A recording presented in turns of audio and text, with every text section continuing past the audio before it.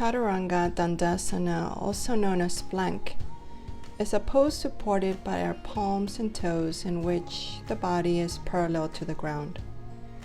In a yoga sequence, the action involves flowing from high plank to low plank, effectively using alignment to avoid injuries to shoulders and the lower back.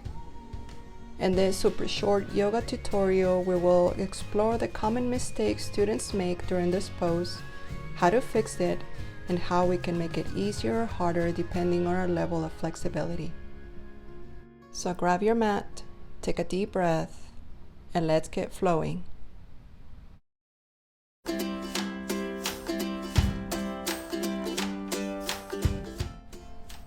Start on 4 points, tabletop on your mat. Align your shoulders to your wrist and your knees to your hips. Engage your toes on the floor to lift up the knees. And find your high plank. Completely extend your legs back, pressing your heels down to the mat. Squeeze the glutes together and draw the navel to the spine. Avoid sticking the butt up or collapsing the hips down, as you may hurt the lower back. Instead, stay centered with a solid core. In a Vinyasa yoga sequence, you will flow from high plank to low plank to eventually find Cobra. As you lower the body, it's important to keep the shoulders away from the ears and keep the elbows close to the body as they point back. One common mistake is to squeeze the shoulders up to the ears as you lower the body. Remember, it's important to go from high plank to low plank with the shoulders away from the ears and the elbows close to the body. Let's observe that one more time, going from high plank to low plank with the shoulders relaxed and the elbows close to the body.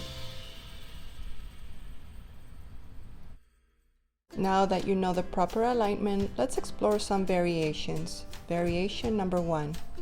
If you need to make it easier, keep your knees on the mat. Shift the weight forward to your arms as you lower the body. Avoid bringing the shoulders up to the ears as you lower down. Instead, keep your shoulders relaxed and the elbows close to your torso as you lower your body down. Let's observe that one more time. Knees on the mat, shift the weight forward to your arms as you keep the shoulders relaxed, elbows close to your torso as you lower the chest down. As you continue practicing, you're gonna get stronger and you're gonna want to make it harder. This is variation number 2. Align your shoulders to your wrist and the hips to the knees. Engage the toes, bring the knees off the ground to come into high plank. Lift up the right leg, coming down into a 3-legged chaturanga. Lower the body with your elbows close to your torso and your shoulders away from the ears. Let's observe that one more time on the left side, lifting up the left leg, coming down into a 3-legged chaturanga. Relax your shoulders and keep your elbows close to your torso. So remember these important points. Avoid bringing the shoulders up.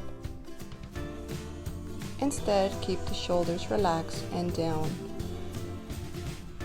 Also, avoid opening the elbows to the side. Keep the elbows close to the body. Remember that practice makes perfect, so continue practicing your chaturangas. Comment below and let me know if you found this tutorial helpful. From my heart to yours, namaste.